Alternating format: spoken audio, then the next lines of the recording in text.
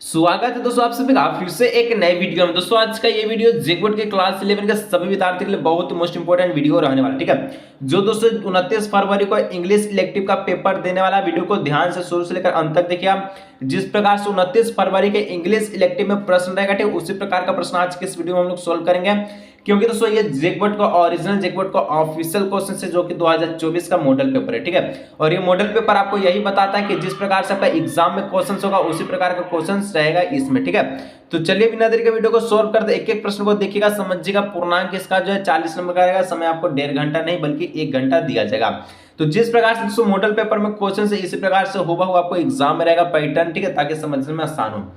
सबसे पहले read the following passage carefully and answer questions 1 to 5। देखिए ये पैसेज को पढ़ना है और आपको जवाब देना है क्वेश्चन नंबर 5, यानी कि 5 को आपको मुफ्त में नंबर मिलेगा। ठीक है, तो दोस्तों क्या करना है, इस पैसेज को आपको पढ़ लेना। अगर आपके पास मॉडल पेपर है तो पैसेज को पढ़ लीजिएगा, और नहीं है तो चलिए झारखबर 24 वेबसाइट पे। ठीक है, वीडियो के लास्ट में चल जाइएगा। ठीक है, खत्म होने पर झारखबर 24 वेबसाइट में वहां से मॉडल पेपर को डाउनलोड कर लीजिएगा। ठीक है, चलिए तो इसका हम लोग डायरेक्ट से हम लोग जो प्रश्न उत्तर को देखेंगे। जैसे कि पहला प्रश्न कहता है वाई डू सेल। ठीक है, कम टू। ठीक है, क्या बोलता है, नोवा अस्तोसाह में। ठीक है, नोवा अस्तोसाह, यानी कि आपको पता है सिलो नोवा अस्तोसाह में क्यों आती है। ठीक है, तो यहाँ पर ऑप्शन नंबर 1 का हो जाएगा, क्या हो जाएगा, सी नंबर। ठीक है, to find the best accommodation of a cell. इस प्रकार से अगर इस पैसेज को पढ़ेगा तो आपको सारा चीज मिल जाएगा। ठीक है, चलिए पढ़ लीजिएगा, इसको मिल जाएगा। आगे बढ़ते हैं हम लोग नेक्स्ट जो है, नेक्स्ट आपका क्या है, तो नेक्स्ट हम लोग जो है 2 नंबर। ठीक है, कहता है हाउ डज सी कैच। ठीक है, रीच, क्या बोलता है, नोवा अस्तोसाह। ठीक है,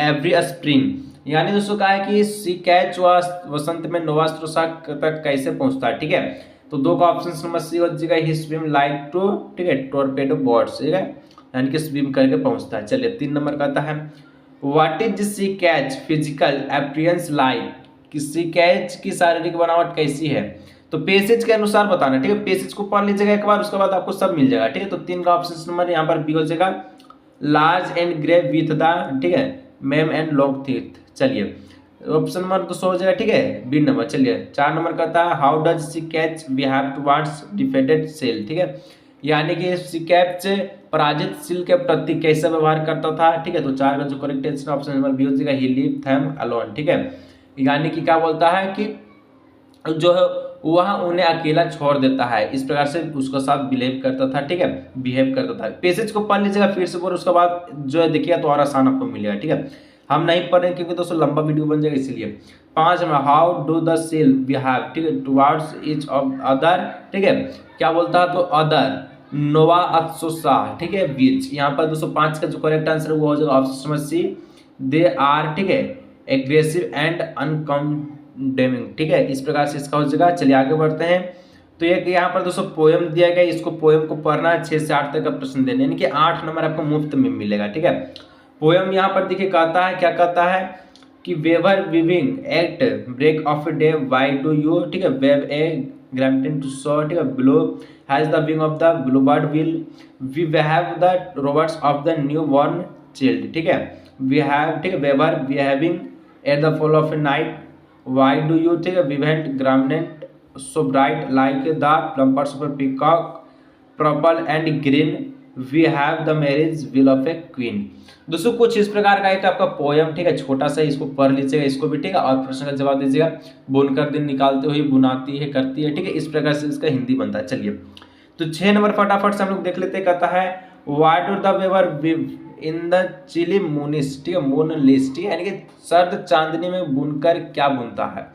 तो सर्द चांदनी में जो बुनकर ये क्या बुनता है, तो ये garment meant of a cover and dead man, यानी कि यहाँ पर ऑप्शन में मृत व्यक्ति को चढ़ाने के लिए पहना जाने वाला वस्त्र। ठीक है, चलिए आगे दोस्तों 7 नंबर बोलता है कि the 3 stage of A life mention in the poem. 3 को मेंशन आपको पोएम बताने की क्या क्या चीज मेंशन किया गया था। ठीक है, तो इसका 7 का ऑप्शन नंबर बी हो जाएगा, इन्फेंसी योर्थ एंड डेथ। यहाँ पर अगर इसको पढ़िएगा तो आपको मिल जाएगा। ठीक है, इन्फेंसी योर्थ और डेथ कहाँ पर जो है मिल रहा है। ठीक है, इस प्रकार से अगर पढ़िएगा तो सारा चीज में आपको जो है मिल सकता है। ठीक है, आगे बढ़ते हैं। नेक्स्ट हम लोग जो है प्रश्न number 8, home does the poet address in the poem. ठीक है, यहाँ पर तो आपसे पूछा गया है कि कविता में कवि किसे संबोधित करता है। तो कविता में जो कवि है किसे संबोधित करता है, तो वेवर को। ठीक है, वेवर यानी कि बुनकर। बुनकर पर पूरा पोएम ही आधारित है। देखिए जैसे कि यहाँ पर weaver weaving at a break of day. ठीक है, वेवर वेवर वेवर, सब में वेवर आ रहा है। यानी कि इसका ऑप्शन नंबर हो जाएगा ए नंबर। चलिए 9 नंबर दोस्तों यहाँ से अब स्टार्ट होता है आपका ग्रामर सेक्शन से, ठीक है।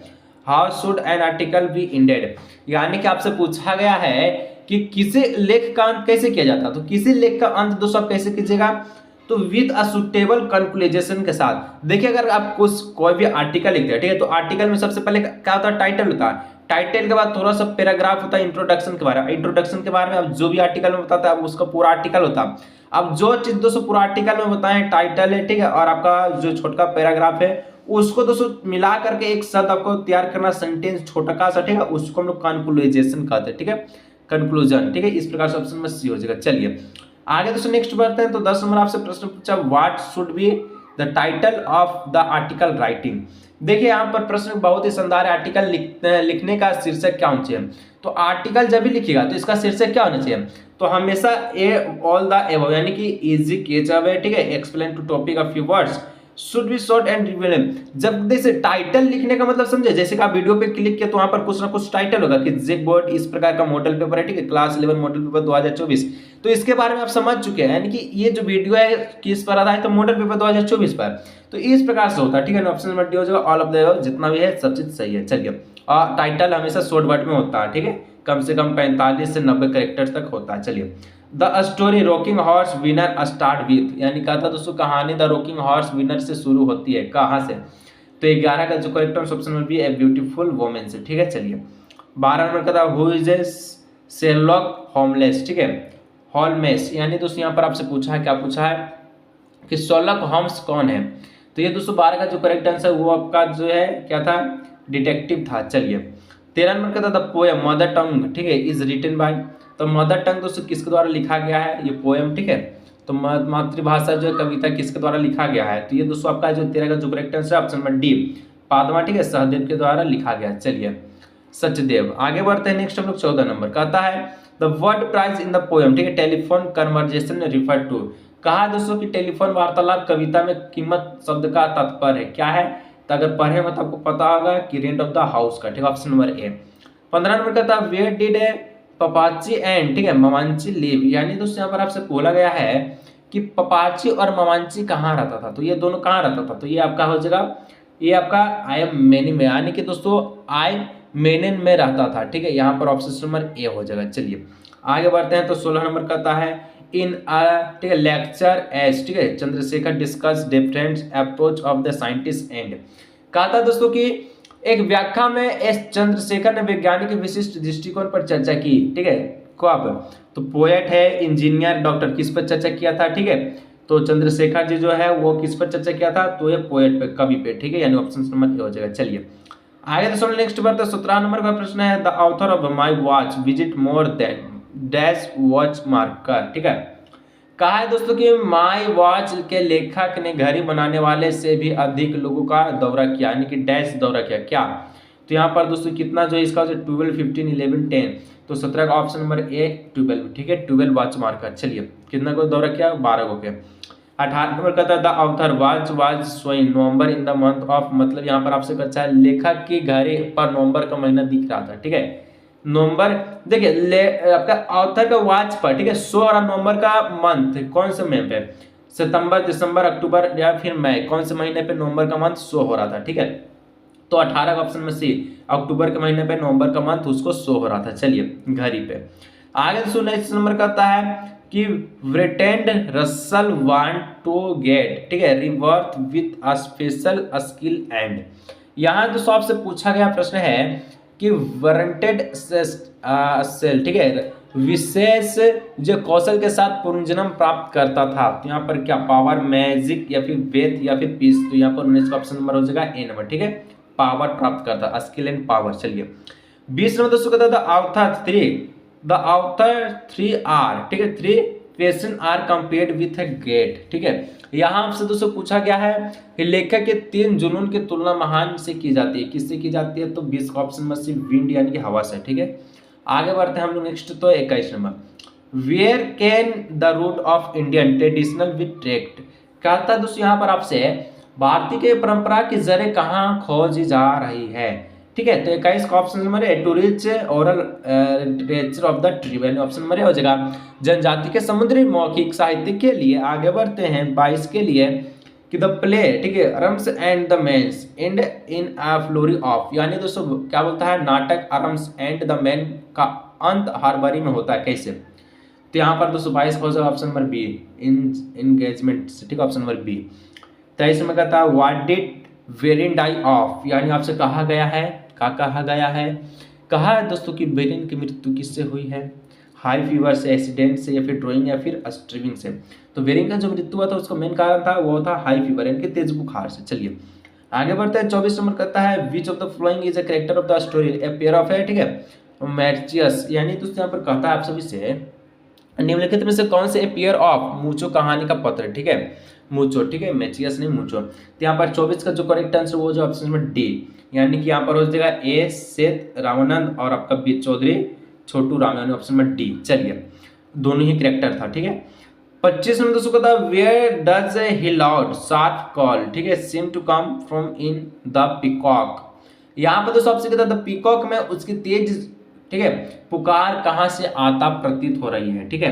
तो 25 का जो करेक्ट आंसर वो जो option number B number he loud sharp call seem to come from now ever, ठीक है, यानी कि उसकी तेज पुकार कहीं से आते हुई प्रतीत हो रही है। चलिए आगे दोस्तों नेक्स्ट हम लोग बढ़ते हैं। तो 26 में कहता है what is the theme of the, ठीक है, poem let me not to the marriage of the true minds, कहता है दोस्तों यहाँ पर कि let me not to true minds, ठीक है, ऑफ द माइलेंस कविता का जो विषय क्या है। तो इसका जो विषय था फ्रेंडशिप का, ट्रू लव का, नेचर का, फिर नाइटहुड का, ठीक है। तो यहाँ पर दोस्तों इसका जो 26 का ऑप्शन नंबर ए हो जाएगा फ्रेंडशिप का, इसका मतलब था, ठीक है, माइंड्स में ट्रू ऑफ द माइंड। चलिए 27 how childhood has been referred in the poem coming, मतलब दोस्तों यहाँ पर आपसे पूछा गया है कि आ रहा हूं कविता में किसके बचपन का उल्लेख किया गया, पोएट का, रीडर का, या फिर children of the poet father, या फिर नन ऑफ द एबव।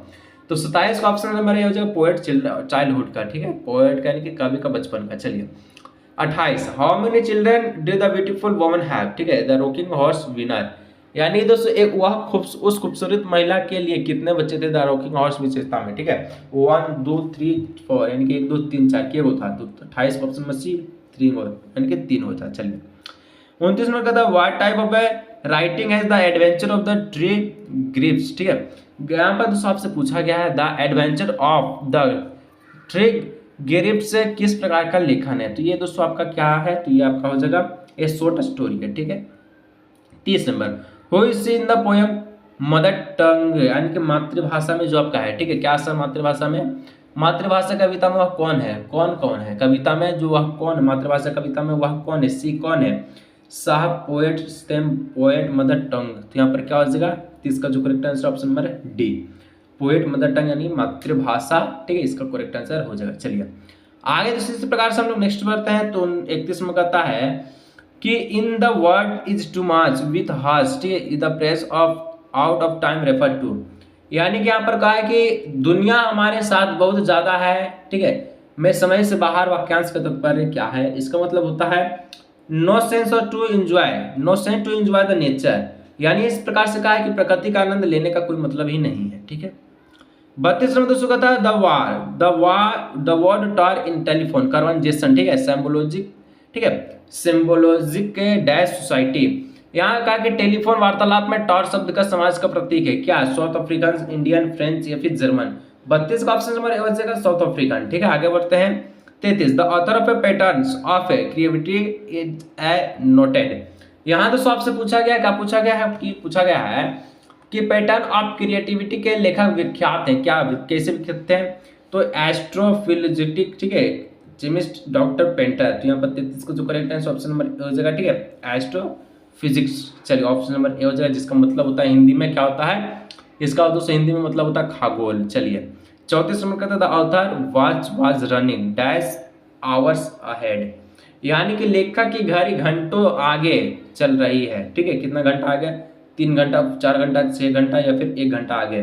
तो लेखक का जो घड़ी था वो आपका जो है 3 घंटा तक आगे चल रहा था, ठीक है। 35 at first author gave his words to a dash to get it repeated, मतलब दूसरे कहा कि सबसे पहले लेखक ने इसे दोहराने के लिए डैश अपनी घड़ी अपनाई, ठीक है, क्या अपनाई, तो यहाँ पर देखिए ज्वेलर हो जाएगा, मैकेनिक, टेक्निकल, ठीक है, या फिर ऑल ऑफ द एबव। तो 35 का ऑप्शन नंबर ए हो जाएगा, ठीक है, जिलेवर, ठीक है, यानी करने का मतलब है जोहरी।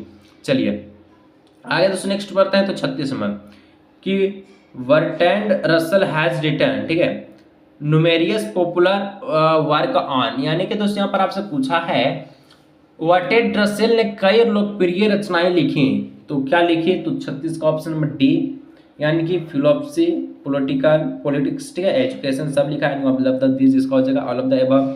37 नंबर दोस्तों कहता है कि the third passion of the author is remove to, यानी कि यहाँ पर आपसे पूछा गया है कि लेखक का तीसरा जुनून घटना है, क्या घटना है?